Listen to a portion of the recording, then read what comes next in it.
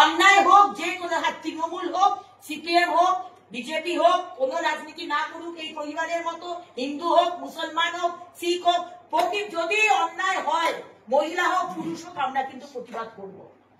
এবং আমার খুব অবাক লাগছে যে প্রসন্নবাবু আপনার মতো একজন দক্ষ অফিসার থাকতে কি করে 8 দিন লেগে গেল আপনার এই 3টে ছেলেকে অ্যারেস্ট করতে। আমি আপনার কাছ থেকে জানতে চাই।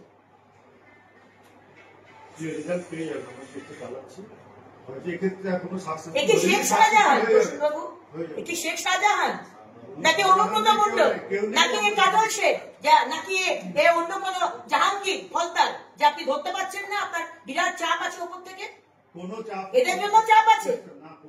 চাপ যদি না থাকে তাহলে এত অপদার্থ 3টে সাধারণ তৃণমূলের কর্মীকে আপনি কেন ধরতে পারছেন না? আমি তো আপনাকে বলছি, আপনি দেখুন, আপনি 7 দিন 10 দিন, আপনি 1 মাস দেখুন। আপনাকে আমি বলে যাচ্ছি 10 তারিখ সকালবেলা 10টার মধ্যে যদি 3টে ছেলেকে আপনি অ্যারেস্ট না করেন, আমি কিন্তু ন্যাশনাল হাইওয়ে বন্ধ করে আমি আগুন জ্বালাবো। তাতে আপনি আমাদের কেস দিন, আপনি আমাদের জেলে ঢোকান, আমরা এটা মানবো না। আপনারা অপদার্থ, আপনারা আপনাদের কাজ করছেন না। আপনাদের মাইনে হয় আমাদের টাকায়, আপনাদের মাইনে হয় এই গরিব মানুষগুলোর করের টাকায়, আর আপনারা আমাদের বিচার দেবেন না।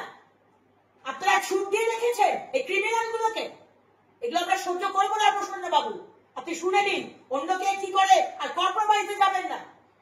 আমি যদি শুনেছি আপনি কম্প্রোমাইজ করার চেষ্টা করছেন, আমি কিন্তু আমি আরো অ্যাগ্রেসিভ আন্দোলনে নামবো। আপনি এবং আপনার পুলিশদের বলে দিন কোনো কম্প্রোমাইজ যেন না হয়, যেটা আপনার করে থাকে। কম্প্রোমাইজ করে তো প্রত্যেকটা ব্যাপারে, তৃণমূলকে যাতে কম্প্রোমাইজ করানো, টাকা দিয়ে মুখ বন্ধ করার চেষ্টা করা করতে যাবেন না।